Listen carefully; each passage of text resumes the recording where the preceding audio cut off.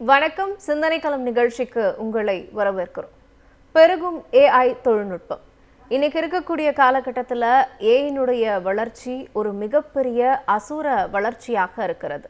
ஒரு பக்கம் தொழில்துறையில் இந்த மாதிரி டெக்னாலஜியா ஏஐனுடைய வளர்ச்சி வரப்பிரசாதமாக அமைந்தாலும், இன்னொரு பக்கம் இதனுடைய ஆபத்தையும் நாம் உணர வேண்டிய ஒரு சூழல் இருக்கும். எல்லா இடங்கள்லையும் ஏஐ வந்துருச்சு அப்படின்னா இளைஞர்களுக்கான வேலை வாய்ப்பு என்பது மிகப்பெரிய கேள்விக்குறியாக இருக்கக்கூடிய ஒரு சூழல்ல தான் தற்பொழுது நாம் இருக்கிறோம். இதற்கு தீர்வு காணக்கூடிய தேர்தல் அறிக்கையோடு திராவிட மாடல் அரசு களத்தில் இருக்கிறது. இது குறித்து தான் இன்றைய சிந்தனை களம் நிகழ்ச்சியிலும் நாம் பேச இருக்கிறோம். பெருகும் ஏஐ தொழில்நுட்பம் இளைஞர்களின் வேலை வாய்ப்பை உறுதி செய்யும் திராவிட மாடல் 2.0. 2 சிறப்பு விருந்தினர்களும் நம்முடைய இணைந்திருக்கிறார்கள். திமுக பொறியாளர் அணியின் துணை செயலாளர் இரா வெங்கடேசன் அவர்கள் இணையத்தின் வாயிலாக நம்முடைய இணைந்திருக்கிறார். நெக்ஸ்ட் ஹியூமன் வேர்ல்ட் நிறுவனத்தின் இணை நிறுவனர் திரு கல்யாண் துரைராஜ் அவர்கள் நம்முடைய அரங்கத்தில் இணைந்திருக்கிறார். வணக்கம் இருவரையும், நிகழ்ச்சிக்கு வரவேற்கிறேன். முதல்ல கல்யாண், உங்ககிட்ட இருந்தே ஆரம்பிக்கிறேன். இந்த ஏஐனுடைய வளர்ச்சி ஒரு பக்கம் ஏதோ ஒரு புது டெக்னாலஜி உள்ள வரும்பொழுது அதனை எல்லாரும் நாம வரவேற்கணும் அப்படிங்கிற ஒரு சூழல் இருந்தாலும், சில வளர்ச்சிகள் நிறைய ஆபத்துல முடியுமோ அப்படிங்கிற ஒரு விதமான பதற்றமும் இருக்கத்தான் செய்யுது. ஏஐனுடைய வளர்ச்சி எப்படி இருக்கு? ஸோ ஏஐ வந்து செயற்கை நுண்ணறிவு, ஏஐ தொழில்நுட்பம், இதை வந்து நம்ம ஒரு சாதாரண வளர்ச்சியாகவே பார்க்கக்கூடாது. என்ன அப்படின்னா, ஒவ்வொரு புதிய கண்டுபிடிப்புகளோ இல்லை ஒரு புதிய தொழில்நுட்பங்களோ உலகத்துக்கு வரப்போ அதனால் தாக்கங்கள் வந்து சில விஷயங்களில் மட்டும் இருக்கலாம். இப்போ ஃபார் எக்ஸாம்பிள், ஒரு மருத்துவத்துறையில் ஒரு குறிப்பிட்ட வளர்ச்சி வருது அப்படின்னா அது அந்த மருத்துவத்துறையை மட்டும் பாதிக்கலாம் இல்லை மேம்படுத்தலாம். ஆனால் ஏஐங்கிறத நம்ம எப்படி பார்க்கணும் அப்படின்னா, ஒரு சின்ன உதாரணம் சொல்லணும் அப்படின்னு வச்சுக்கோங்களேன். மின்சாரம் கண்டுபிடிச்சப்ப அது எப்படி மனித குலத்தோட வாழ்க்கை முறையை மாற்றி போட்டுச்சோ, அது மாதிரி இந்த ஏஐ செயற்கை நுண்ணறிவு தொழில்நுட்பம் எல்லா மனிதர்களோட வாழ்க்கையையும் நேரடியாகவோ மறைமுகமாகவோ மேம்படுத்த முயற்சி பண்ணோம். இது நம்ம ஒரு மின்சாரம் எப்படி ஒரு டிஸ்ரப்ஷனை கொண்டு வந்துச்சோ, அதே மாதிரி ஏஐ ஒரு பெரிய டிஸ்ரப்ஷனை கொண்டு வருது. அந்த டிஸ்ரப்ஷனை நோக்கி தான் நம்ம போயிட்டுருக்கோம். சரி, டிஸ்ரப்ஷன்னு சொல்கிறோம், அதனால் வந்து இது பாதிப்பு மட்டும்தான் அப்படிங்கிறது கிடையாது. இப்போ ஒரு சின்ன விஷயத்தை யோசிச்சு பாருங்கள். முத ரயில் வண்டி கண்டுபிடிச்சாங்க. அப்போ மக்கள் அதை பார்த்து பயந்து ஓடுனாங்க. என்னது இவ்வளோ பெரிய ஒரு விஷயம் வருது அப்படின்னு. ஆனால் இன்றைக்கி ரயில்ங்கிறது வந்து ஒரு சாதாரண மனிதனோட வாழ்க்கையில் எந்த அளவுக்கு பயன்படுதுங்கிறது எல்லாத்துக்குமே தெரியும். ஒரு வேளாண்மை துறையில் மனிதர்கள், தனி மனிதர்கள் கையால் உழுதுகிட்டு இருந்த இடங்கள் போக இன்றைக்கி டிராக்டர் வந்தப்போ எந்த அளவுக்கு மாற்றங்கள் வந்துச்சு. டிராக்டர் வந்ததுனால விவசாயம் அழிஞ்சு போகலை. ஆனால் அந்த டிராக்டரை ஓட்டுறதுக்கும், அந்த டிராக்டரை சரி செய்யறதுக்கும், அந்த டிராக்டரை விற்கிறதுக்கும் வாங்குறதுக்கும் நிறைய ஆட்கள் தேவைப்பட்டாங்க. கண்டிப்பாக தேவைப்பட்டுச்சு. அதே மாதிரி தான் ஏஐ தொழில்நுட்பத்திலையும் இன்னைக்கு ஒரு பெரிய வளர்ச்சியை நோக்கி நம்ம போயிட்டுருக்கோம். அதை தான் நம்ம பேச போகிறோம் இன்னைக்கு இன்னும் கொஞ்சம் டீட்டெயிலாக. ஓகே, திரு வெங்கடேசன் சார், ஏஐ தொழில்நுட்பத்தினுடைய வளர்ச்சியெல்லாம் இன்னைக்கு இருக்கு. இதை பற்றி நம்ம வந்து இன்னைக்கு பேச ஆரம்பிச்சிருக்கோம். அப்படியே இன்னும் கொஞ்சம் பின்னாடி போனோம் அப்படின்னா, 2000ஆம் ஆண்டுல டைடல் பார்க்க முதல்ல முத்தமிழறிஞர் கலைஞர் அவர்கள் தான் திறக்கிறாரு. மென்பொருளை முதல்ல தமிழ்நாட்டில் இன்னும் பரவலா அப்படின்னு சொல்றதை விட முதல்ல கொண்டு வந்ததே முத்தமிழறிஞர் கலைஞர் அவர்கள் தான். இந்த டைடல் பார்க் எத்தனை இளைஞர்களுக்கு வேலை வாய்ப்பை ஏற்படுத்தி கொடுத்துச்சு, அது எவ்வளோ பெரிய ஒரு சமூக நீதியா இருந்துச்சு அப்படிங்கிறத நான் சொல்லி யாரும் தெரிஞ்சுக்க வேண்டாம். உங்களுடைய பார்வை. வணக்கம். பெருகும் ஏஐ தொழில்நுட்பம் என்ற தலைப்பில் என்ன பேச எடுத்ததுக்கு மிகவும் நன்றி. கலைஞர் செயலுக்கு நீங்க கேட்ட கேள்விக்கு இன்னும் ஆன்சர் பண்ணணும்னா இன்னும் கொஞ்சம் பின்னாடி போகணும். 90களில் பொறியியல் கல்லூரி சேரத்துக்கு நுழைவுத் தேர்வு வந்துருச்சு. அதை முதல்ல ரத்து செய்த தலைவர் கலைஞர் வந்து அடித்தட்டு மக்களுக்கும் கிராமப்புற மாணவர்களும் இந்த பொறியியல் போய் படிக்கணுன்றதுக்காக அந்த அந்த பரீட்சையை ரத்து செய்தார், நுழைவுத் தேர்வு ரத்து செய்தார். அது முதல் கலைஞர் தான் பண்ணார். அது வந்து முதல் படி, நம்ம சமூக நீதிக்கான முதல் படி அவர் ஓப்பன் பண்ணி வச்சார். இரண்டாவது, இந்தியாவிலே முதல்ல 90களில் ஐடி பாலிசி கொண்டாந்தது தலைவர் கலைஞர் அவர்கள் தான். அதை ஓப்பன் பண்ணி 95ல் கம்ப்யூட்டர் சயின்ஸ்னு ஒரு சப்ஜெக்டை முதல்ல நம்மளுடைய பள்ளி மாணவர்களை இன்ட்ரோடியூஸ் பண்ணது கலைஞர் அவர்கள் தான். ஸோ இந்தியாவிலே முதல் மாநிலம் ஐடி பாலிசின்னு ஒன்று ஐடிக்காக ஃப்ரேம் பண்ண முதல் மாநிலம் தமிழ்நாடு. அதை பண்ணவர் தலைவர் கலைஞர் அவர்கள்.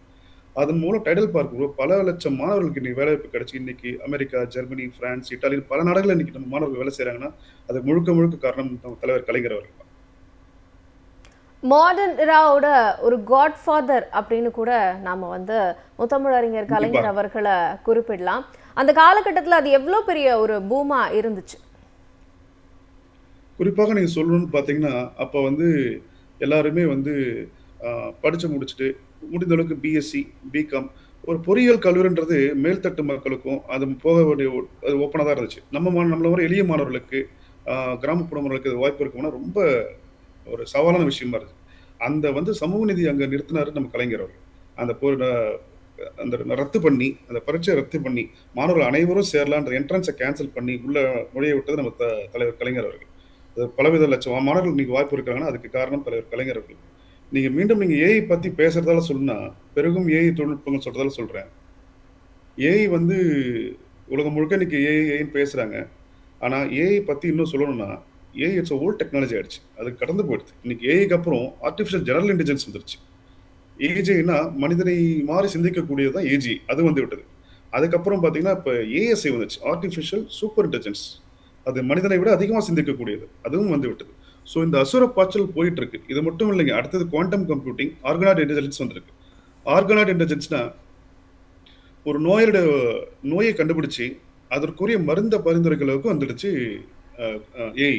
அதுதான் இந்த ஆர்கனாய்டு இன்டெலிஜென்ஸ், குவாண்டம் கம்ப்யூட்டிங். ஏன்னா இந்த அசுர பாய்ச்சல் போயிட்டு இருக்கும்போது நம்ம தமிழக அரசு இப்போ அந்த வளர்ச்சிக்கு ஏற்ற மாணவரோட ஹியூமன் ஸ்கில் டெவலப்மெண்ட்டும் பண்ணிட்டு இருக்கிறார் நம்ம தலைவர், கழக தலைவர் முதலமைச்சர் அவர்கள். தொடர்ந்து பேசலாம் சார். ஏஐ மருத்துவ நிலையங்கள் நிறைய இடங்கள்ல ஆரம்பிக்கப்படும் அப்படின்னு தேர்தல் அறிக்கையில குறிப்பிடுறாங்க. இந்த ஏஐ மருத்துவ நிலையங்கள் அப்படிங்கிறது எதை குறிக்குது? என்ன மாதிரியான விஷயங்கள்லாம் இதற்குள்ள வரும்? நீங்கள் ஏஐ மருத்துவ நிலையங்கள் அப்படின்னா ஏஐ தொழில்நுட்பத்தை பயன்படுத்தி ஒரு நோயாளிக்கு, ஒரு பயனாளிக்கு எவ்வளவு வேகமாக ஒரு மருத்துவராலேயோ இல்லை ஒரு மருத்துவ உதவியாளராலேயோ அவங்களுக்கு சரியான முறையில் பரிந்துரைக்கிறதா இருக்கலாம். இன்றைக்கி ஒரு உதாரணம் சொல்லணும் அப்படின்னு வச்சுக்கோங்களேன். ஒரு சிஎம்ஆர், ஒரு சிடி ஸ்கேனோ இல்லை ஒரு எம்ஆர்ஐ ஸ்கேனோ அதை அனலைஸ் பண்ணி சொல்கிறதுக்கு ஒரு தகுதி வாய்ந்த மருத்துவ நிபுணர் தேவைப்படுறாங்க. இன்றைக்கி ஒரு ரிப்போர்ட்டை அவர் அனலைஸ் பண்ணி சொல்கிறதுக்கு ஒரு 5 மினிட்ஸ் எடுத்துக்கிறாங்க அப்படின்னா இன்றைக்கி ஏஐ கிட்டத்தட்ட ஒரு 95% ரொம்ப அக்யூரேட்டாக அந்த விஷயத்தை அனலைஸ் பண்ணி அதால் சொல்ல முடியுது. அப்போ அந்த மருத்துவருக்கு அது ஒரு பெரிய உதவியாக இருக்கும். அதே மாதிரி நிறைய டெக்னாலஜிக்கல் டெவலப்மெண்ட்டுக்கு ஏஐ பயன்படுது.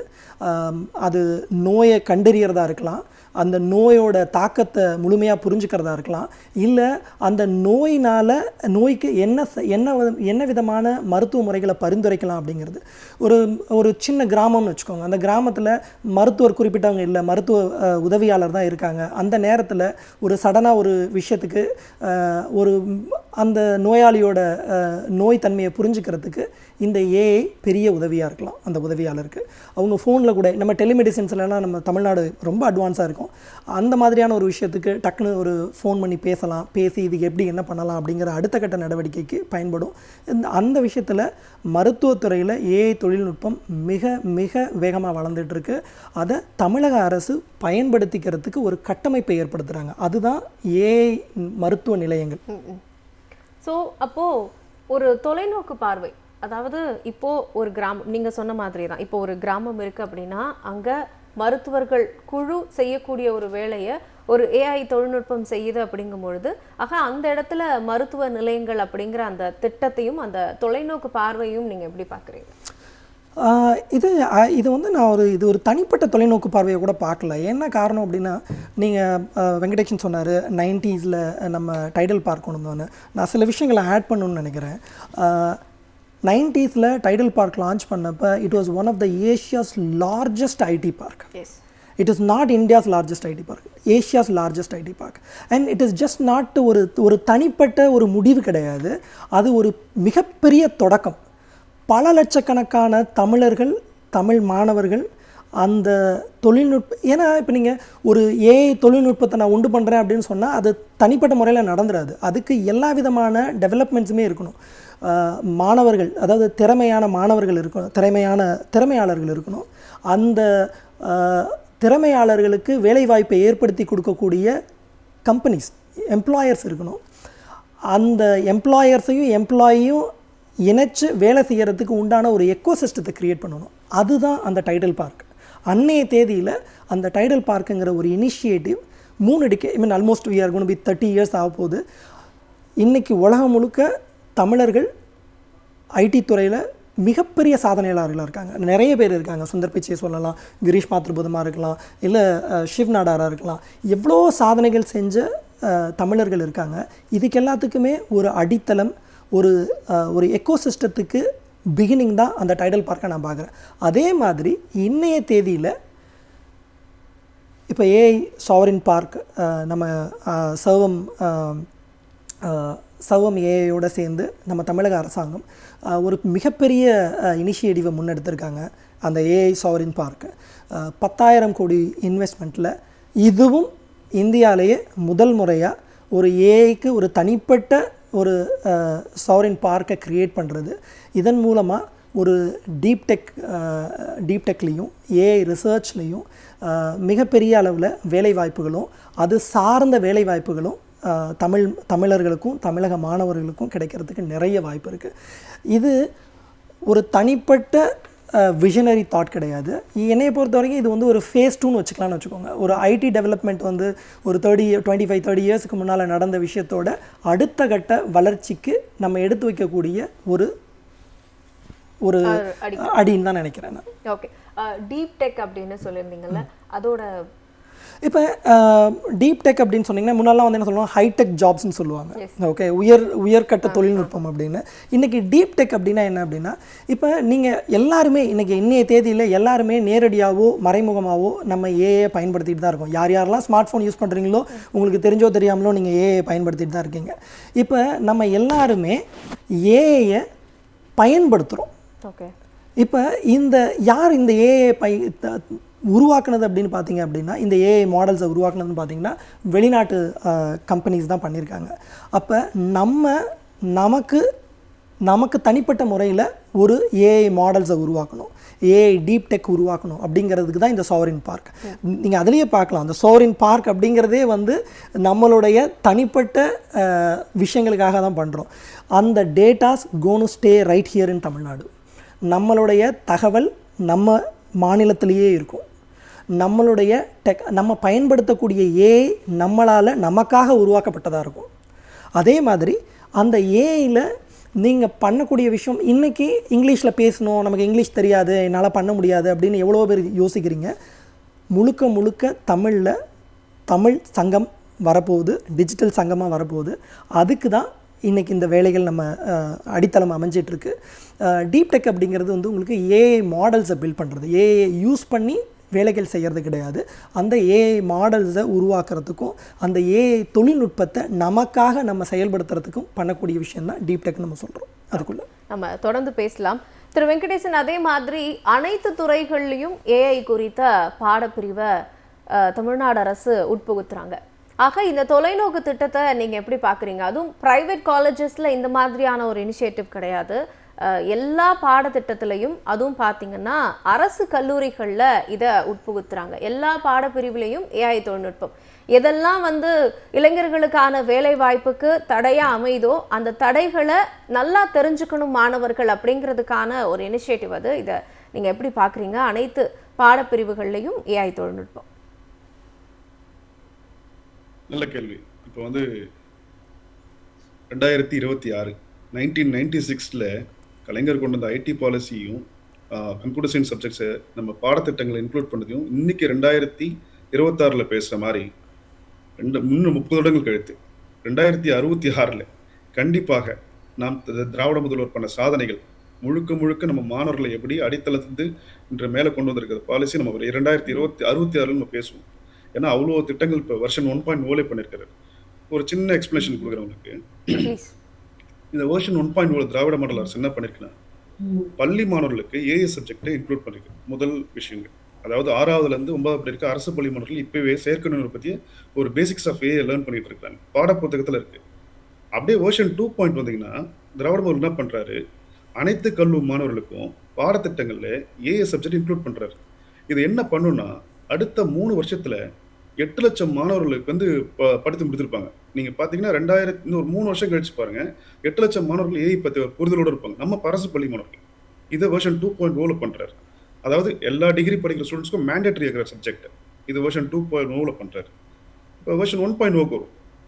டிஎன் ஸ்பார்க்னு ஒரு அமைப்பு இருக்கு. நம்ம அரசு அமைப்பு இருக்கு. அது என்னன்னா, Tamil Nadu school programme for artificial intelligence, robotics and knowledge of tools ஒரு அமைப்பு இருக்கு. இந்த அமைப்பு என்ன பண்ணுதுன்னா, அதே தான் 6வதுல இருந்து 9வது படிக்கிற அரசு பள்ளி மாணவர்களுக்கு basics of AI, codings, robotics என்ற பேசிக்ஸை ஒரு பில்ட் பண்றாரு. இது கவனிச்சிங்கன்னா, இந்த டிஎன் ஸ்பார்க் இப்பவே 6வதுல இருந்து 9வது மாணவர்களை ஸ்ட்ராங் பண்றாரு திராவிட முதல்வர்.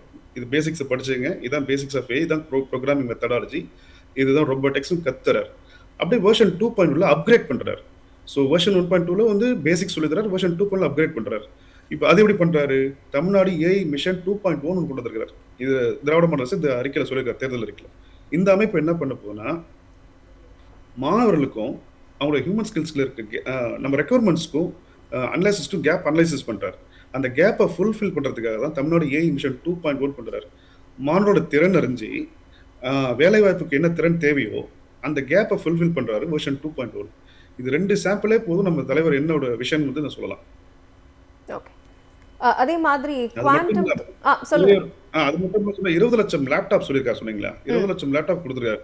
எல்லாருக்கும் தெரியும் 20 லட்சம் லேப்டாப் கொடுத்துருக்கான்னு சொல்றாங்க. அதுல ஒரு ஆப் அடிஷனலா ஃப்ரீயாவே திராவிட மாடல் கொடுத்துருக்காரு. பெர்ப்ளெக்சிட்டி ஏஐ ப்ரோன்னு ஒரு அப்ளிகேஷன் கொடுத்துருக்காரு.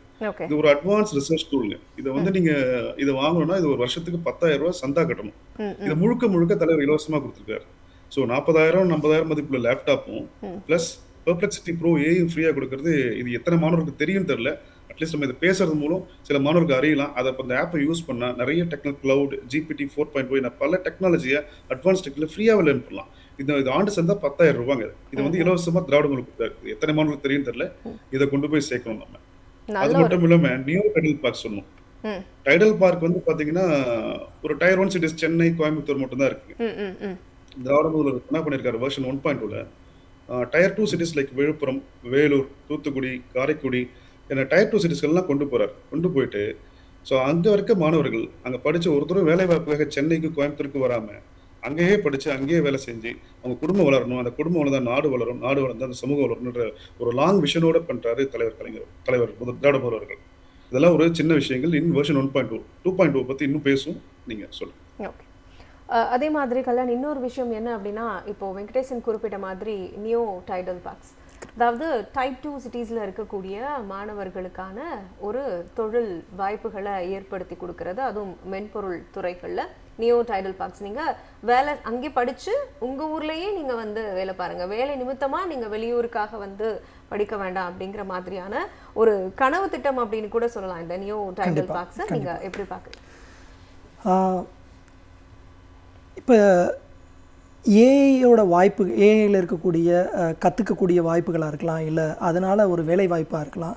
அது சென்னை மாதிரி நகர்ப்புற மாணவர்களுக்கும் நகர்ப்புறத்தில் இருக்கக்கூடிய திறமையாளர்களுக்கு மட்டும்தான் கிடைக்கணும் அப்படின்னு சொன்னால், என்னையை பொறுத்த வரைக்கும் அது ஒரு வாய்ப்பே கிடையாது. அது ஒரு இன்இக்வாலிட்டி. இன்றைக்கி சென்னை மாதிரி இருக்கக்கூடிய ஒரு நகர்ப்புறத்தில் இருக்கக்கூடிய திறமையாளர்களுக்கோ மாணவர்களுக்கோ கிடைக்கக்கூடிய வாய்ப்பு தூத்துக்குடியிலையோ, கன்னியாகுமரியிலையோ, வேலூர்லேயோ, திருச்சியிலையோ இருக்கக்கூடிய ஒவ்வொருத்தருக்கும் சமமான முறையில் கிடைக்கணும். அதுக்கு இந்த நியூ டைடல் பார்க் 95, 96, 99 இந்த டைடல் பார்க் வந்ததுனால தமிழகம் எந்த அளவுக்கு ஐடி தொழில்நுட்பத்தில் முன்னேறி இருக்கும் அப்படிங்கிறது எல்லாத்துக்கும் தெரியும். இன்றைக்கி new Tidel parks, Tidel park கோயம்புத்தூரில் இருக்கிறதா இருக்கலாம், இல்லை நியூ டைடல் பார்க்ஸ் இப்போ வந்ததாக இருக்கலாம், இது எல்லாமே அதை நோக்கி தான் போயிட்டுருக்கு. எல்லாருக்கும் சமமான ஒரு வாய்ப்பு கிடைக்கிறதுக்கும், அதற்காக நீங்கள் வெகு தொலைவு கடந்து வீட்டை விட்டு குடும்பத்தை விட்டு வர வேண்டிய நிலைமை கிடையாது. இன்றைக்கி டெக்னாலஜி டெமோக்ரட்டைஸ் ஆகிட்டுருக்கு. அதை நம்ம எப்படி அடாப்ட் பண்ணிக்கிறோம் அப்படிங்கிறதுக்கு நம்மளோட கவர்மெண்ட் இப்போ பண்ணிகிட்ருக்க விஷயங்கள் வந்து கண்டிப்பாக ஒரு முன்னுதாரணமாக இருக்கும், முன்னுதாரணமாக இருக்குது. ஓகே, தமிழகம் கல்வியில் என்றைக்குமே முன்னிலையில் தான் இருந்திருக்கோம். இன்றைக்கி வேலை வாய்ப்புலையும் ஏஐ தொழில்நுட்பத்துலேயும் நம்மளை முன்னிலைப்படுத்திக்கிறதுக்கு பாலிசிஸ் இருக்குது, இன்ஃப்ராஸ்ட்ரக்சர் இருக்குது, அதை சொல்லி கொடுக்கறதுக்கு ஏற்ற ப்ரோக்ராம்ஸ் இருக்குது. இது மூணுமே இன்றைக்கி சரியான முறையில் செயல்படுத்தப்பட்டுக்கிட்டு இருக்குது. கண்டிப்பாக நம்ம இந்த தொழில்நுட்பத்தில் பெரிய அளவில் சாதிக்கிறது வெகு தொலைவில் இல்லை.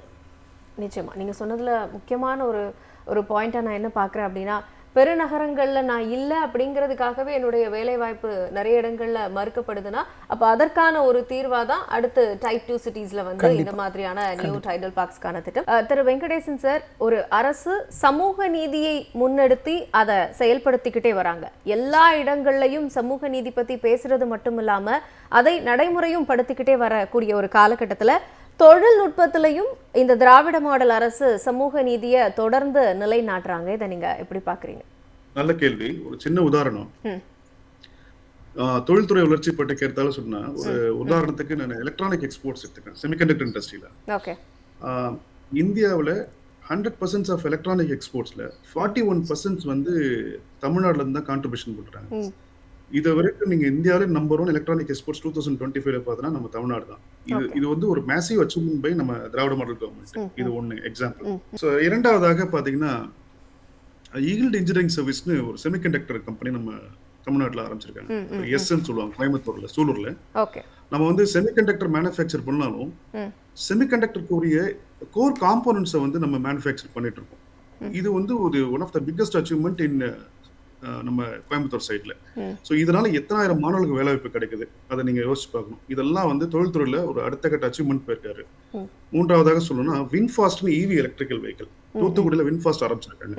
ஸோ அதுல நீங்க பாத்தீங்கன்னா அதுல வின்ஃபாஸ்ட் ஆரம்பிச்ச உடனே நம்ம தொழில்துறை அமைச்சர் அண்ணன் டிஆர் பாலாஜி சொல்ற மாதிரி வின்ஃபாஸ்ட் கம்பெனிக்காரர் என்ன சொன்னாங்க, நம்மள வேலை வாய்ப்பு வந்து நம்ம வெளிமாநில இருந்து எடுத்துக்கிறோம், தமிழ்நாட்டுல இருந்து எடுக்க முடியுமா, இதுக்கான ரெக்யர்மெண்ட் வந்து நம்ம பசங்க ஸ்கில் செட் இருக்கா அப்படின்னு ஒரு சந்தேகத்தோடு இருக்கும்போது குறுகிய காலத்துல ஐ திங்க் 1 மாசமா 2 மாசம் தான் நிற்குது, 2 மாசத்துல நம்ம தூத்துக்குடி நியர்பை மாணவர்களை கொண்டாந்து அவங்களுக்கு நான் முதல் மூலம் பயிற்சி கொடுத்து அந்த வின்ஃபாஸ்ட்ல 300 ஜாபை கிரியேட் பண்ணி அந்த 300 மாணவர்களும் நம்ம தூத்துக்குடி ஏரியால உள்ள போயிருக்காங்க. இது எவ்வளவு பெரிய சாதனை சொல்லுங்க. இது எல்லாமே நான் முதல் தொழில்துறையில இவ்வளவு நடந்திருக்கு. ஸோ இதெல்லாம் ஒரு 3 எக்ஸாம்பிள் சொன்னேன். தொழில்துறையில நம்ம எவ்வளவு நம்ம வளர்ந்து எடுக்கும் திராவிட மாடல் அரசு. ஓகே சார், தொடர்ந்து இணைப்புல இருந்து உங்களுடைய கருத்துக்களை பகிர்ந்து கொண்ட மிக்க நன்றி வெங்கடேசன் சார். கல்யாண் சார், அதே மாதிரி ஏஐ தொழில்நுட்ப வளர்ச்சி பத்தி நம்ம நிறைய விஷயங்கள் பேசுறோம். அட் த சேம் டைம்ல ஏஐ பாலிசிஸை நிர்ணயிக்க வேண்டிய கட்டாயத்திலையும் இன்னைக்கு நாம இருக்கோம். ஏன்னா ஏஐ மூலமா என்ன மாதிரியான வீடியோக்கள் வெளியாகுது அப்படிங்கிற அதையும் நம்ம வந்து பார்த்துட்டு இருக்கோம். தொடர்ந்து ஒன்றிய அரசுக்கான அந்த முறையீட்டையும் நம்ம சொல்லிக்கிட்டே தான் இருக்கோம், பாலிசிஸை வந்து கொஞ்சம் ஸ்ட்ராங்காக இது பண்ணுங்க அப்படின்னு சொல்லிட்டு. ஸோ ஏஐ பாலிசிஸை மெயின்டைன் பண்ணுறது எந்த அளவுக்கு முக்கியம்? ஸோ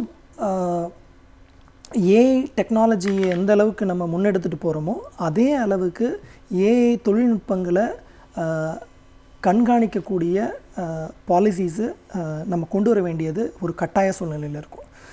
இன்றைக்கி ஒரு கார்ப்பரேட் நிறுவனத்தில் ஏஐயில் என்ன மாதிரியான தகவல்களை சேகரிக்கிறோம், அந்த மாதிரியான தகவல்களை எதற்காக பயன்படுத்துகிறோம், அதை எப்படி வந்து நம்ம யூசர்ஸ்கிட்ட இன்ஃபார்ம் பண்ணுறோம் அப்படிங்கிறத வந்து கண்காணிக்கிறோம், அதை யூசர்ஸுக்கு சொல்கிறோம். அதே மாதிரி இன்றைக்கி பொது வெளியில் ஏஐ தொழில்நுட்பம் இன்றைக்கி எல்லாரோட கையிலையும் இருக்குது. அதை எப்படி கண்காணிக்கிறது, எப்படி சரியான முறையில் பயன்படுத்துறது, வளர்ச்சி பாதைக்கு கொண்டு போகிறது அப்படிங்கிறத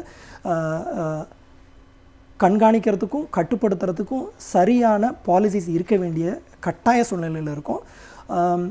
இப்போ வெங்கடேஷ் சொன்ன மாதிரி வந்து நம்ம 90s ஐடி பாலிசி கொண்டு வந்தது எந்த அளவுக்கு ஒரு பெரிய அபரிமிதமான தமிழர்களுக்கு வளர்ச்சியை உண்டு பண்ணுச்சோ, அதே மாதிரி இன்றைக்கி ஏஐ ரிலேட்டடான பாலிசிஸை ஃபர்ஸ்ட் ஸ்டேட் கவர்மெண்ட் தமிழ்நாட்டில் தான் கொண்டு வந்திருக்கோம். அந்த AI policy is gone to set a example for rest of the states in India, right? மற்ற மாநிலங்களுக்கு நம்ம ஒரு முன்னுதாரணமாக இருக்க போகிறோம். அந்த ஏஐ பாலிசியோட framework draft is already ready in place, it is coming up. ஏன் பாலிசிஸ் நிர்ணயிக்கிறது அவ்வளோ முக்கியத்துவம் வாய்ந்ததாக பார்க்கப்படுது நீங்கள் குறிப்பாக ஏஐ அப்படின்னு வரும்பொழுது?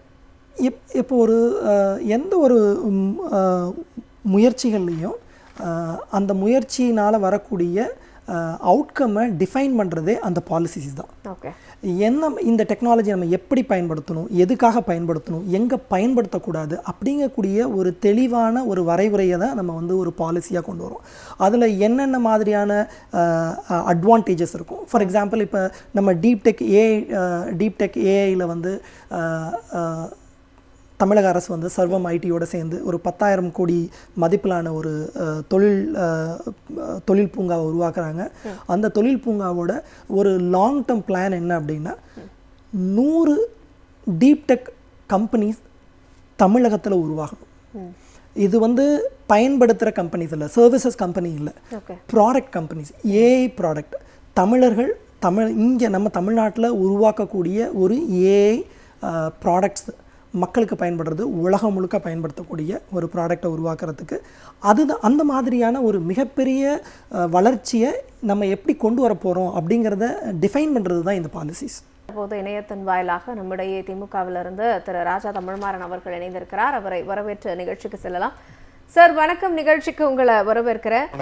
ராஜா சார், மென்பொருளுக்காகவே ஒரு கல்விக் கொள்கையை முதலில் உருவாக்கியது தமிழ்நாடு தான். மென்பொருள் வளர்ச்சி தமிழ்நாட்டிற்கு அடித்தளமாக அமைந்ததும் திமுக ஆட்சி தான். உங்களுடைய பார்வை? இந்த ஆர்டிஃபிஷியல் இன்டெலிஜென்ஸ்ங்கிறது செயற்கை நுண்ணறிவுன்னு இன்னைக்கு உலகத்துல முக்கியமான ஒரு அங்கமா கல்வியில இருக்கு. இந்த ஆர்டிஃபிஷியல் இன்டெலிஜென்ஸ் தான் நம்ம டிவியில பார்க்கக்கூடிய நிறைய பாத்தீங்கன்னா லீடர்ஸ் டான்ஸ் ஆடுற மாதிரி போடுறது, நடிகர்கள் செய்யாத விஷயங்கள்லாம் செஞ்ச மாதிரி பண்றது, இது எல்லாமே செயற்கை நுண்ணறிவை பயன்படுத்தி தான் அவங்க வந்து செய்யறாங்க. இது எப்படி உருவாக்கப்படுதுன்னா அடிப்படையில ஒரே ஒரு விஷயம் தான் இதுக்கு தேவை. அதுக்கு நம்ம ப்ராம்ப்ட் பண்ணணும், என்ன செய்யணும் அப்படிங்கறத நம்ம சொல்லணும். அதை பத்தி தெரிஞ்சுக்கிறதுன்னு சொல்லி சொன்னா நமக்கு வந்து சாட் ஜிபிடி இல்ல ஜெமினி மத்ததெல்லாம் இருக்குன்னு சொல்லி சொன்னா ரொம்ப அடிப்படையா புரியுற மாதிரி சொல்லணும்னு சொல்லி சொன்னா பெரியார் சொல்லி தந்த தத்துவம் தான் இதுக்கு அடிப்படை. நாம கேட்கணும், கேள்விகள் கேட்கணும், என்ன செய்யணும்னு அதுக்கு சொல்லணும். அப்ப யாருக்கு வந்து அதை கேள்வி கேட்டு தெரிஞ்சுக்கணுங்கிற ஆர்வம் இருக்கக்கூடியவர்கள் கேள்வி கேட்க கத்துக்கிட்டா மட்டும்தான் வந்து அந்த செயற்கை நுண்ணறிவை பயன்படுத்தி தகவல்களை தெரிஞ்சுக்க முடியும். நாம கேட்கின்ற கேள்விகளை அது இணையதளத்துல இருக்கக்கூடிய பேக்வர்ட் இருக்கக்கூடிய டேட்டா பேஸ்ல இருந்து தேடி உலகம் முழுக்க தேடி அதுக்கான நமக்கு ரிசல்ட்ஸை வந்து தொடர்ந்து கொடுக்கும். அப்ப நமக்கு கேள்வி கேட்க தெரியணும். அப்ப நவீன காலத்துல பெரியாரா இருக்கக்கூடியது ஆர்டிபிஷியல் இன்டெலிஜென்ஸ். அப்படிதான் வந்து எங்களால வந்து கன்வென்ஷனலா சொல்லணும்னா நான் அப்படிதான் அதை வந்து பாக்குறேன். அது மட்டும் இல்லாம இன்னொரு முக்கியமான விஷயம் என்னன்னு கேட்டீங்கன்னா, நம்ம தமிழ்நாடு ஸ்டேட் தான் டீல்ஸ்ன்னு சொல்லி ஒரு ப்ராஜெக்ட்ல 8ஆம் வகுப்புக்கு மேல இருக்கக்கூடிய மாணவர்களுக்கு மைக்ரோசாஃப்ட் மூலியமா ஆர்டிபிஷியல் இன்டெலிஜென்ஸ் எஜுகேஷனை ப்ரொவைட் பண்றதுக்கு டைப் பண்ணது நம்முடைய பள்ளிக்கல்வித்துறை அமைச்சர் மாண்புமிகு அன்பில் மகேஷ் பொய்யாமொழி அவர்கள் தான் அதை முதல் இனிஷியேட்டிவ் வந்து எடுத்தாங்க. என்டையர் இந்தியாலேயே ஒரே ஸ்டேட் ஃபர்ஸ்ட் சைன் பண்ணுச்சு அப்படின்னு சொல்லி சொன்னா நம்மளுடைய தமிழ்நாடு தான் ஆர்டிபிஷியல் இன்டெலிஜென்ஸ் எஜுகேஷனை மாணவர்களுக்கு கொண்டு போய் சேர்க்கின்ற வேலையில தன்னை ஈடுபடுத்திக்கிச்சு. அதற்கு காரணம் தமிழ்நாட்டு அரசினுடைய தொலைநோக்கு பார்வை, முதலமைச்சர் அவர்களுடைய சீரிய வழிகாட்டல் தான் இது எல்லாத்துக்குமே வந்து சாத்தியப்படுத்தி கொடுத்துச்சு. எப்படி நீங்க சொல்றோம்ல மென்பொருள்கள்ல வந்து எப்படி நம்ம வந்து ஃபர்ஸ்ட் நாம தான் இதெல்லாம் ஆரம்பிச்சு வச்சோம். அப்ப முத்தமிழறிஞர் கலைஞர் ஐயா ஒரு வயசுக்கு அப்பாற்பட்டு தொலைநோக்கு பார்வை இருந்தனால எதிர்காலத்துல எதெல்லாம் முக்கியமாகும் அப்படிங்கறதெல்லாம் உணர்ந்து டைடல் பார்க்ஸை உருவாக்கி அதெல்லாம் இங்க முதலீடுகள் கொண்டு வந்தாரோ, அதே மாதிரி நம்முடைய மாணவர்களை 8ஆம் வகுப்புல இருக்கக்கூடிய மாணவர்கள் முதற்கொண்டு ஆர்டிபிஷியல் இன்டெலிஜென்ஸை எப்படி பயன்படுத்தணும், அதனுடைய தாக்கம் எந்த மாதிரி இருக்கும் அப்படிங்கறது எல்லாம் மக்கள் புரிஞ்சுக்கணுங்கிறதுக்காக மாணவர்களுக்கு கொண்டு வந்து சேர்த்தது நம்மளுடைய தமிழ்நாடு அரசு. நம்முடைய முத்தமிழறிஞர் கலைஞர் அவர்கள் வழியில நம்மளுடைய தலைவர், நம்முடைய இன்றைய கழகத்தினுடைய தலைவரும் முதலமைச்சருமா இருக்கக்கூடிய நாமெல்லாம் பெருமையாக கொண்டாடக்கூடிய ஐயா முத்துவேல் கருணாநிதி ஸ்டாலின் அவர்கள் கொண்டு வந்த திட்டம் தான் இந்த மிகப்பெரிய திட்டம் அப்படிங்கறது இந்த இடத்துல நான் பதிவிட விரும்புறேன். நான் நியோ டைடல் பார்க்ஸ் சிட்டி 2லலாம் வந்து பார்த்தீங்கன்னா நியோ டைடல் பார்க்ஸ் ஒரு மிகப்பெரிய வைட்டல் ரோல் ப்ளே பண்ணுது அப்படின்னு சொல்லலாம். அதுவும் குறிப்பாக கிராமப்புற மாணவர்களின் அந்த தொழில்நுட்ப வேலை வாய்ப்பில் ஒவ்வொரு அப்பா அம்மாலாம் ஒரு வேலை செஞ்சுட்டு இருப்பாங்க, அடுத்த சந்ததியினரும் அதே வேலையில போய் இறங்காம நீங்களாம் வெளியில வாங்க, தொழில்நுட்பம் சார்ந்த ஒரு வேலையில அவங்களும் பார்த்தீங்கன்னா இன்னைக்கு ஒரு டை கோட் சூட் எல்லாம் போட்டுட்டு ஒரு வேலைக்கு போறது அப்படிங்கிறது இது ஒரு சமூக புரட்சி தானே? மிகப்பெரிய அளவுல நீங்க ரூரல் ரீஜன்ஸா நீங்க திருச்சி எடுத்துக்கோங்க, நீங்க சேலம் எடுத்துக்கோங்க, நீங்க என்ன திருநெல்வேலி எடுத்துக்கோங்க, நீங்க எல்லா ஊர்கள்லயுமே இன்னைக்கு வந்து எல்லா மாவட்டங்கள்லயுமே நியோ டைடல் பார்க்க வந்து டிஆர்பி ராஜா அவர்கள் உருவாக்கி இருக்காங்க. உண்மையிலேயே தொழில் வளர்ச்சியில் அது ஒரு பெரிய பங்களிப்புன்னு வச்சுக்கோங்களேன். டைடல் பார்க்னா மேசிவா இருக்கணுங்கிற நெசசிட்டி இல்லை. இந்த கிராமத்துல இருக்கக்கூடிய பசங்கள் எல்லாருமே கூட வந்து அவர்களுக்கு கம்ப்யூட்டர் இன்டெலிஜென்ஸ் படிக்கணுங்கிற விருப்பம், பிஎஸ்சி கம்ப்யூட்டர் சயின்ஸ் படிச்சவங்களாகட்டும், இல்ல பிடெக் பிஇ கம்ப்யூட்டர் சயின்ஸ் படிச்சவங்களாகட்டும், அதற்கான சாஃப்ட்வேர்ஸ் உருவாக்குறதுக்கு சப்போர்ட் பண்ற சிஸ்டமா இருந்தாலும் சரி, இது எல்லாமே வந்து அவர்கள் இயங்குவதற்கு மிக மிக அவசியம். அதற்கான ஸ்பேஸையும் அதற்கான ப்ராப்பர் நெட்வொர்க்கிங்கும் உருவாக்கி கொடுக்கறது. அதுல சிறு சிறு நிறுவனங்கள் கூட வந்து பங்கெடுத்துக்கலாம். ஆக்சசிபிலிட்டி ரொம்ப முக்கியம். பெங்களூர்ல போய் நீங்க தங்கி ஸ்டே பண்ணி நீங்க வந்து ஒரு 30,000 ரூபாய் சேலரிக்கு இருக்கிறதும், இல்ல ஒரு 70,000 ரூபாய் சேலரிக்கு இருக்கிறதும், உங்களுக்கு அந்த செலவுக்கே உங்களுக்கு வந்து சரியா போயிடும். அந்த மாதிரி காஸ்மோபாலிட்டன் பிளேசஸ்ல இருந்து கம்ப்யூட்டர் சாஃப்ட்வேர் கம்பெனில வேலை பார்க்கறதுங்கிறது. அதையே வந்து நீங்க ரீஜனலைஸ்டா அவங்கவுங்க சொந்த ஊர்ல இருந்துகிட்டு அவங்க வீட்டுல இருந்தே வந்து அந்த நியரஸ்ட் லொகேஷனுக்கு போய் அவங்க வேலைக்கு போயிட்டு இருந்தாங்கன்னு சொல்லி சொன்னா, அவங்க ஒரு 45,000 50,000 சேலரி வாங்கினா கூட அதுல ஒரு 10,000 15,000 செலவு போக ஒரு பெரிய தொகையை வந்து கிராமத்தில் இருக்கக்கூடிய இளைஞர்கள், இந்த கம்ப்யூட்டர் சயின்ஸ் படிச்ச இளைஞர்களுமே அந்த நிறுவனத்துல வேலை பார்ப்பதன் மூலியமா வந்து பெரிய தொகையை வந்து சேவ் பண்ண முடியும் அப்படிங்கிறதுனுடைய நோக்கம் பெரிய அளவில் நமக்கு வந்து சப்போர்ட்டிங்கா இருந்திருக்கு. ரெண்டாவது, இந்த ஒயிட் காலர் ஜாப்னு மட்டுமே இல்லாம நீங்க மீதி நேரங்கள்ல அவங்க கிராமங்கள்ல இருக்கும் பொழுது இந்த மாதிரி சப் சென்டர்ஸ்ல வந்து டைடல் பார்க் கொடுக்கும் பொழுது பகல்ல இந்த வேலையும் சாயந்தரத்துல விவசாயம் பார்க்கறதும் அவங்க சொந்த வேலைகளை பார்க்கறதுமே கலந்து ஒரு குடும்பத்தோட இருப்பதற்கான வாய்ப்புகளை வந்து அதிகப்படுத்தி கொடுத்திருக்கு இந்த நியோ டைடல் பார்க். அப்படிதான் நம்ம வந்து எடுத்துக்கிறோம். அதுல உண்மையாலுமே is a very big success model Neo Tidel பார்க்குங்கிறது. நீங்க வெறும் பெரிய நிறுவனங்களை மட்டுமே, அந்த பெரிய நிறுவனங்களை டாடா, மற்ற கன்சல்டன்சி சர்வீசஸ், மற்றது எல்லாருமே அவங்களுடைய சென்டர்ஸ் எங்கெல்லாம் பொட்டன்ஷியல் இருக்கோ, எந்தெந்த டிஸ்ட்ரிக்ட்லாம் பொட்டன்ஷியல் ஸ்டூடெண்ட்ஸ் இருக்காங்களோ அவங்கள ஜாபுக்குள்ள எடுத்துக்கிறதும், அங்க ஆஃபீஸ் செட்டப் கிரியேட் பண்ணி அதுல இருந்து அவங்க மூலியமா இன்புட்ஸ் எடுத்துக்கிறதும் நடந்துட்டு இருக்கு. இது மிகப்பெரிய புரட்சின்னு தான் நம்ம வந்து இதுல சொல்ல முடியும் மேடம். நிச்சயமா. நீங்க சொன்னதுல ரொம்ப முக்கியமான ஒரு பாயிண்ட் என்ன அப்படின்னா, நியோ டைடல் பார்க்ஸ்ல ஒர்க் பண்றவங்க பகல்ல வந்து அந்த மென்பொருள் நிறுவனத்திலையும் சாயந்தர வேளைகள்ல அவங்க விவசாய பணிகள்ல ஈடுபடுறதையும் நம்மளால நிறைய இடங்கள்ல பார்க்க முடியுது. நம்ம தொடர்ந்து பேசலாம். கல்யாண் சார், அதே மாதிரி குவாண்டம் தொழில்நுட்பம், அதே குவாண்டம் சிமுலேட்டர்ஸ் வந்து நிறைய இடங்கள்ல நிறுவப்படும் அப்படிங்கிற மாதிரியான அறிக்கையும் இருக்கு. இந்த குவாண்டம் பத்தின அந்த குவாண்டமை பற்றி பேசுறதுக்கு முன்னால் ராஜா சொன்ன விஷயத்தில் ஒரு சின்ன தகவலை பதிவிட விரும்புகிறேன். இப்போ நீங்கள் காலையில் தொழில்நுட்ப சார்ந்த வேலைகள், சாயங்காலம் அவங்க குடும்பம் சார்ந்த வேலைகளை செய்கிறது மட்டும் இல்லை, ரொம்ப முக்கியமான ஒரு விஷயம் என்ன அப்படின்னா, இன்றைக்கும் நம்ம கிராமப்புறத்தில் இருக்கக்கூடிய பெண் குழந்தைகள் வெளியூர்கள்லேயும் பெருநகரங்கள்லேயும் போய் வேலை பார்க்குறது பல பேர் விரும்புறதில்லை. ஒரு யோசிச்சு பாருங்கள், ஒரு சூழ்நிலையில் ஒரு பெண் குழந்தை ஒரு கிராமப்புறத்துலேருந்து படித்து வந்த ஒரு பெண் குழந்தைக்கு அதே ஊரில் அதுக்கு பக்கத்துலேயே அவங்களுக்கு அந்த ஒரு வேலைவாய்ப்பு கிடைக்குதுங்கிறப்ப அவங்களோட வாழ்க்கை தரம் மட்டும் கிடையாது, அவங்களோட தன்னம்பிக்கையும் பெரிய அளவில் வளரும். இதை நான் கண்கூட பார்த்துருக்கேன். மதுரையில் ஒன் ஆஃப் த ஐடி கம்பெனிஸில் நான் போய் பேச போயிருந்தப்போ அவ்வளவு விமன் எம்ப்ளாயீஸ், அங்கே வந்து மென் எம்ப்ளாயீஸை விட ஆண் பணிபுரிகிறவங்களை விட பெண்கள் அதிகமாக இருந்திருந்தாங்க. அது எனக்கு வந்து அப்போ அன்னைய தேதியில் வந்து இது ஒரு பெரிய விஷயமா எனக்கு பட்டுச்சு. இன்றைக்கி இந்த நியோ டைடல் பார்க்க அதை அடுத்த கட்டத்துக்கு எடுத்துகிட்டு போவோம். இதை கண்டிப்பாக நான் சொல்ல வேண்டியது குவாண்டம் கம்ப்யூட்டிங். குவாண்டம் கம்ப்யூட்டிங்கை பொறுத்த வரைக்கும் என்ன அப்படின்னா, குவாண்டம் கம்ப்யூட்டிங்கிறது வந்து ஒரு குவாண்டம் ஃபிசிக்ஸ் பேஸில் அந்த பிரின்சிபலில் ஒர்க் பண்ணக்கூடிய ஒரு விஷயம். இப்போ நார்மலாக கம்ப்யூட்டர்ஸை பொறுத்த வரைக்கும் என்ன அப்படின்னா, ஒரு விஷயம் ஒரு ஒரு ஒரு தகவல் கேட்குறோம், இல்லை ஒரு செயல்பாடை நம்ம உள்ளிடுறோம் அப்படின்னா அதை ஸ்டெப் பை ஸ்டெப்பாக போகும், ஒன் பை ஒன்னாக போகும். இப்போ உங்களுக்கு ஒரு விஷயம் சொல்லணும் அப்படின்னா, இப்போ ஒரு மேஸை சால்வ் பண்ணுறோம் அப்படின்னா ஒரு மேஸில் ஃபஸ்ட்டு லெஃப்ட்டில் போய் பார்ப்போம், ரைட்டில் போய் பார்ப்போம், அப்படியே ஸ்டெப் பை ஸ்டெப்பாக போகும்.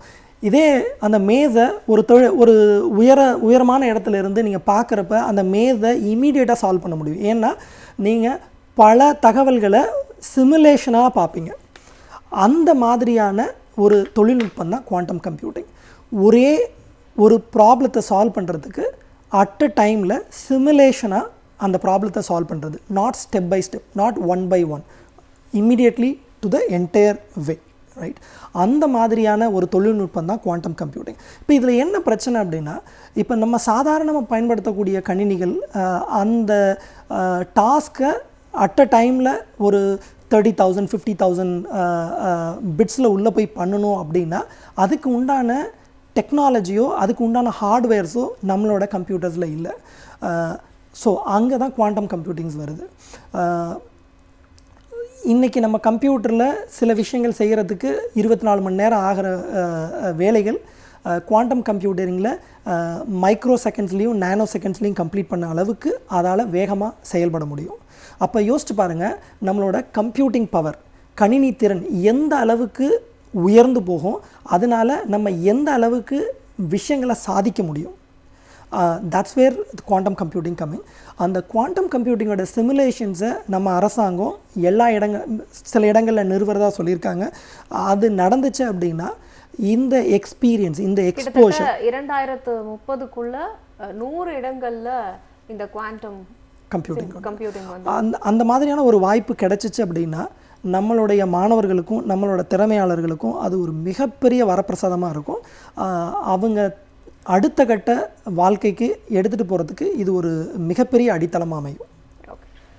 ராஜா சார், அதே மாதிரி ஒரு அரசு ஆட்சிக்கு வரும்பொழுது அடுத்த 5 ஆண்டுகளுக்கான திட்டத்தோட வர்றது அப்படிங்கிறது பெரிய விஷயம் கிடையாது. ஆனால் ஒவ்வொரு முறை ஆட்சிக்கு வரும்பொழுதும் ஒரு தொலைநோக்கு பார்வையோட அடுத்த 10 ஆண்டுகளுக்கான திட்டம், அடுத்த 15 ஆண்டுகளுக்கான ஒரு திட்டம் அப்படின்னு ஒரு தொலைநோக்கு பார்வையோட களத்தில் வர்றது அப்படிங்கிறது எவ்வளோ முதன்மையான ஒரு விஷயம். அது shows the focus of our chief மினிஸ்டருங்க. ஓகே, ஒரு முதலமைச்சர் தான் டிரைவிங் ஃபோர்ஸ். ஒரு தொலைநோக்கு பார்வை இருக்கணும் அப்படிங்கிறதும் அதை அடாப்டபிலிட்டி ரொம்ப ரொம்ப முக்கியம். தலைவர் கலைஞர் ஐயா பார்த்தீங்கன்னா தன்னோட இறுதி காலகட்டம் வரைக்குமே பார்த்தீங்கன்னா நீங்கள் ட்விட்டர்லேயே ஆகட்டும் இல்லை வந்து ஃபேஸ்புக்லேயே ஆகட்டும் என்னெல்லாம் காலம் மாற்றத்துக்குது அப்பப்போ மாறிக்கிட்டு இருந்தோ அத்தனையும் அவர் அந்த வயசு வரைக்கும் கற்றுக்கிட்டு அதை பயன்படுத்தி அதில் வந்து அவர் தன்னை ஈடுபடுத்திக்கிட்டு வந்தார்.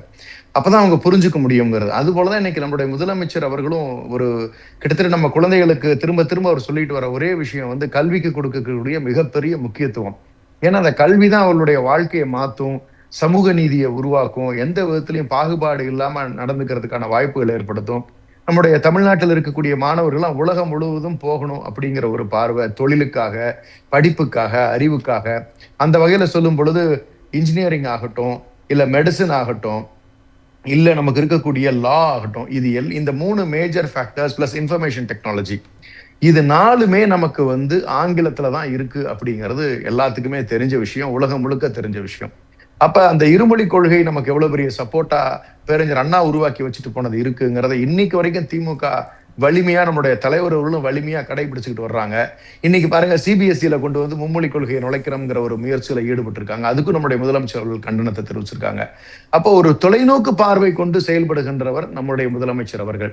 நம்ம எல்லாம் பின்னோக்கி எடுக்கணும்னு வேலை பார்க்கறது தொடர்ந்து இந்த பிஜேபி அரசு, இந்த ஒன்றிய அரசா இருக்குங்கிறத அந்த 2 மேஜர் டிஃபரன்சஸ் வந்து நம்ம பார்க்கலாம். அவங்க பாருங்க ஏதாவது இது மாதிரி சயின்ஸை படிங்க, நீங்க டெக்னாலஜி படிங்க, நீங்க வந்து இன்ஃபர்மேஷன் டெக்னாலஜி படிங்க, லா படிங்க அப்படின்னு சொல்லி நார்த்ல ஏதாவது அந்த எஜுகேஷனுக்கு முக்கியத்துவம் கொடுக்குறாங்களான்னா கிடையவே கிடையாது. முழுக்க முழுக்க நாங்க ராமர் கோயில் கட்டுறோம், நாங்க சீதா கோயில் கட்டுறோம், நீங்கெல்லாம் வந்து இங்க இருக்கக்கூடியவர்கள்லாம் இந்துக்கள், இங்கெல்லாம் வந்து இஸ்லாமியர்களுக்கு எதுவோ ஒரு மத வெறுப்பை தூண்டுகின்ற வேலை, பள்ளிக்கூடங்களை மூடுறது, அவங்க படிக்க கூடாது, அவங்களுக்கு சனாதனத்தை சொல்லித் தர்றது, போதிக்கிறது, அதனுடைய தன்மைகளை சொல்லித் தர்றது, வேதங்கள் மூலியமா அவர்களை பின்னோக்கி இழுத்துக்கிட்டு போறது, ஒரு பிற்போக்கு அரசியலை எடுக்கின்றது ஒன்றிய அரசா இருந்துகிட்டு இருக்கு. ஒரு தொலைநோக்கு பார்வையோட உலகம் முழுக்க நம்மளுடைய தமிழர்கள் எப்படி 2000 ஆண்டுகளுக்கு முற்பட்ட நிலையில பறந்து விரிஞ்சு நம்முடைய வர்த்தக ரீதியா நமக்கு வந்து ஐரோப்பாவோட தொடர்பு இருந்தது, மிடில் ஈஸ்ட்ல இருந்து தொடர்பு இருந்தது, சீனாவோட தொடர்பு இருந்தது, இதெல்லாம் நமக்கு காலகாலமா இருந்த விஷயங்கள் மழுங்கடிக்கப்பட்டன. மீண்டும் அப்படிப்பட்ட ஒரு உயரிய நிலைக்கு இந்த தமிழ் சமூகத்தை கொண்டு போகணுங்கிற ஒரு தொலைநோக்கு பார்வையில தான் வருடம் உலக தமிழர்களுடைய மாநாட்டை நம்முடைய முதலமைச்சர்கள் நடத்திட்டு வராங்க. This shows the real capability of our super leader. இந்தியாவுக்கே இன்னைக்கு வந்து மிகப்பெரிய எடுத்துக்காட்டா இருந்துகிட்டு இருக்காங்க. அதனாலதான் அவரு நிறைய சிரமங்களையுமே வந்து சந்திக்க நேருது, நிறைய எதிர்ப்புகளை ஒன்றிய அரசுல இருந்து சந்திக்க நேருது.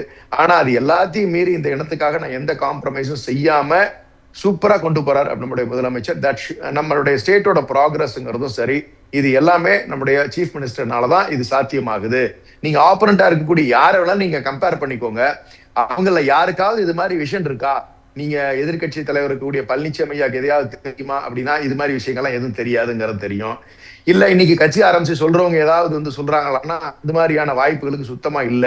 ஸ்டூடெண்ட்ஸை படிங்கன்னு சொல்லுங்க, ஆக்கப்பூர்வமான வேலையில ஏதாவது சொல்றாங்கன்னா இல்ல. அப்ப the one and only leader, the tallest leader of India இன்னைக்கு வந்து மாணவர்களை, இளைஞர்களை முறையா வழி நடத்துகிறார் அப்படின்னு சொல்லி சொன்னா அது நம்மளுடைய முதலமைச்சர் அவர்கள். அவருடைய ஃபுட் ஸ்டெப்ஸை ஃபாலோ பண்ணி நம்முடைய கழகத்தினுடைய இளைஞரணி செயலாளர் டிசிஎம் அவர்கள் வந்து செய்யறாங்க. The same way our education minister has made lot of சேஞ்சஸ்ங்க. எவ்வளவோ கரெக்ஷன்ஸ் பண்ணி இன்னைக்கு வந்து ஏஐ பத்தி தெரிஞ்சு மைக்ரோசாஃப்ட் டீம்ஸோட பொண்ணு யாராவது நம்மளை கட்டாயப்படுத்தினாங்களா என்ன? கிடையாது. நம்ம பசங்களுக்கு நம்ம கொடுக்கணுங்கிற ஒரு தொலைநோக்கு பார்வை, அதுதான் இன்னைக்கு எல்லாத்தையும் வந்து டிரைவிங் ஃபோர்ஸா இருந்துட்டு இருக்கு. சிஎமோட விஷன் என்னமோ அதை எக்ஸிக்யூட் பண்ற வகையில நம்முடைய பள்ளிக்கல்வித்துறை அமைச்சர் இருக்காங்க. அதை நம்ம ஸ்டூடெண்ட்ஸ் எல்லாம் சேர்ந்து மெச்சூர் ஆகி வரும்பொழுது, காலேஜஸ் முடிச்சுட்டு அவங்க வரும்பொழுது அவங்களுக்கு அந்த ஆப்பர்ச்சுனிட்டி கொடுக்கணுங்கிறதுக்காக பள்ளிக்கு நம்மளோட இண்டஸ்ட்ரீஸ் மினிஸ்டர் டிஆர்வி ராஜா அவர்கள் அதே ஃபோக்கஸ்ல நியோ டைடல் பார்க் உருவாக்குறதாகட்டும். So DMK is the only party which focuses on future. Next 20-30 இயர்ஸை பத்தி ஒரு சிந்தனை இருக்கு அப்படின்னு சொன்னா ஒட்டுமொத்த இந்தியாவில் வேற எந்த மாநிலத்தையும் நீங்க ஒப்பிட முடியாது. அந்த அளவுக்கு சிறந்து விளங்குகின்ற ஒரு மாநிலம் நம்மளுடைய தமிழ்நாட்டு மாநிலமா இருக்கு. அதான் அவரை பிரைஸ் பண்ணி சொன்னப்ப கூட அவர் சொன்னார், என்னுடைய மாநிலம் முதல் மாநிலமாக இருக்கிறது எனக்கு மிகப்பெரிய பெருமைன்னு நம்முடைய முதலமைச்சர் அவர்கள் சொன்னது இந்த நேரத்தில் நான் கோடிட்டு காட்ட விரும்புறேன். நிச்சயமா ஒரு தனி மனிதனுடைய விஷன் வந்து ஒரு தமிழ்நாட்டினுடைய ஒட்டுமொத்த இளைஞர்களின் கனவை நிறைவேற்ற போகுது அப்படிங்கிறதே ஒரு மிகப்பெரிய விஷயமா தான் பார்க்கப்படுது. அதே மாதிரி கல்யாண், அடுத்த 10 ஆண்டுகள்ல தமிழ்நாட்டினுடைய வளர்ச்சி இந்த மென்பொருள் துறை சார்ந்து எப்படி இருக்கும்னு உங்களால யூகிக்க முடியுதா? இதுக்கு வந்து நம்ம இந்த இது கொஞ்சம் பின்னோக்கி போகணும். 90களில் வந்து டைடல் பார்க்கும் ஐடி பாலிசிஸையும் கொண்டு வந்தப்போ நம்மளுடைய தொழில்நுட்பத்தில் நம்ம தமிழர்களோட வளர்ச்சி எந்த அளவுக்கு இருக்கும் அப்படிங்கிறத அன்னைக்கு யூகிக்கிறது எல்லாருக்கும் கடினமாக இருந்திருக்கும். இன்றைய தேதியில் உலகத்தில் பெரிய பெரிய தொழில் நிறுவனங்கள், கூகுளாக இருக்கலாம், மைக்ரோசாஃப்டாக இருக்கலாம், பெரிய பெரிய தொழில் நிறுவனங்களில் இன்றைய தேதியில் தமிழர்கள் பெரிய அளவில் சாதனைகள் செஞ்சிட்ருக்கோம். இதுக்கு எல்லாத்துக்கும் காரணம் என்ன அப்படின்னா அன்னைக்கு இடப்பட்ட அடித்தளம். அதே மாதிரி இன்றைய தேதியில் தமிழக அரசு எடுத்திருக்க ஒரு நடவடிக்கை, எடுத்திருக்கக்கூடிய ஒரு முயற்சி ஏஐ சாவரின் பார்க் கொண்டு வர்றது. இது இந்தியாவிலேயே முதல் மாநிலம் நம்ம தான் பண்ணியிருக்கோம். இது ஒரு தெளிவான தொலைநோக்கு பார்வை, ரைட்? ஒரு ஏஐ தொழில்நுட்ப பூங்காவை உருவாக்குறது மட்டும் கிடையாது, அதுக்கு ஒரு தெளிவான கட்டமைப்புகளையும் தெளிவான எதிர்பார்ப்புகளையும் உண்டு பண்ணியிருக்காங்க. ஒரு 100 ஏஐ ஸ்டார்ட் அப்ஸ் நம்ம ஏஐயை பயன்படுத்திட்டு மட்டும் இருக்க போகிறதில்ல, நம்ம உருவாக்கின ஏஐயை உலகம் முழுக்க பயன்படுத்தணும். அதுக்கு என்ன மாதிரியான கட்டமைப்புகளை உருவாக்கணும் அப்படிங்கிறத இன்றைக்கி நம்ம செய்ய ஆரம்பிச்சிருக்கோம். ஜனவரி 2026 அந்த ஏஐ சாவரின் பார்க்குக்கு ஒரு எம்ஓயு சைன் பண்ணியிருக்காங்க சர்வம் ஐடியோட 10,000 கோடி மதிப்பில். அந்த முன்னெடுப்பு வருங்காலத்தில் தமிழர்களையும் தமிழகத்தையும் ஏஐ தொழில்நுட்பத்தில் மென்மேலும் உயர்த்தி கொண்டு போகுங்கிறதுல எந்த அளவுலையும் எனக்கு சந்தேகம் இல்லை. கண்டிப்பான இது ஒரு மிகப்பெரிய வளர்ச்சியை உண்டு பண்ணுது. நிச்சயமா. ராஜா சார், உங்களுடைய இறுதி கருத்தா நான் கேட்க விரும்புறது, இளைஞர்களுக்கான வேலை வாய்ப்பு, ஏஐ தொழில்நுட்பம், என்ன தொழில்நுட்பம் வந்தாலும் அது இளைஞர்களுடைய வேலை வாய்ப்பை உறுதி செய்ய இந்த திராவிட மாடல் அரசு அதிக முனைப்பு காட்டுது. அட் த சேம் டைம் இளைஞர்களை அரசியல் மயமாக்குறது எந்த அளவுக்கு முக்கியம்? உங்களோட நிறைவு கருத்தா இதை நான் எடுத்துக்கிறேன், கொஞ்சம் சுருக்கமா. ரொம்ப சிம்பிளா சொல்லணும்னா, அரசியல் என்பது மக்களுடைய நம்பிக்கையை சம்பாதிப்பது, நம்மை நம்பி இருக்கக்கூடியவர்களின் நம்பிக்கையை சம்பாதிப்பதுதான் அரசியலுங்கிறது. அந்த நம்பிக்கையை நம்மளுடைய தலைவர் அவர்கள் மிகப்பெரிய அளவுல பெற்றிருக்காரு. இளைஞர்களுக்கும் அந்த நம்பிக்கையை கொடுத்திருக்காரு. ஏன்னா கடந்த கால செயல்பாடுகள் இளைஞரணி செயலாளர் அவர்களுடைய துறை எடுத்தீங்கன்னா, விளையாட்டு மேம்பாட்டுத்துறை, சிறப்பு திட்டங்கள் அமலாக்கத்துறையில பாத்தீங்கன்னு சொல்லி சொன்னா, நான் முழுவதும் திட்டம் மூலியமா ஐஏஎஸ் ஆபீசர்ஸ் ஹிஸ்டரியிலேயே தான் ஃபர்ஸ்ட் டைம் இவ்வளவு அதிகமானவர்கள் உருவாகி இருக்கிறார்கள். அப்படி நம்மளுடைய லீடர்ஸை பொறுத்த வரைக்கும் நம்ம கிளியர் ஃபோக்கஸ் இருக்கு. எந்த ரூபத்திலையும் காம்ப்ரமைஸ் கிடையாது. எவ்வளவு த்ரெட் வந்தாலும் சரி, எவ்வளவு பிரச்சனைகள் வந்தாலும் சரி, ஸ்டேட்டோட ப்ராக்ரஸ்க்கு ஃபர்ஸ்ட் ப்ரிஃபரன்ஸ் கொடுத்து காம்ப்ரமைஸ் இல்லாம பண்றாங்க அப்படிங்கிறது தான் நமக்கு தெளிவா தெரியுது. அந்த வகையில மாணவர்களை படிங்க படிங்க படிங்க, மற்றதெல்லாம் நான் பாத்துக்கிறேன் அப்படின்னு சொல்ற ஒரு சிஎம் வேற எந்த ஸ்டேட்லயுமே கிடையாது.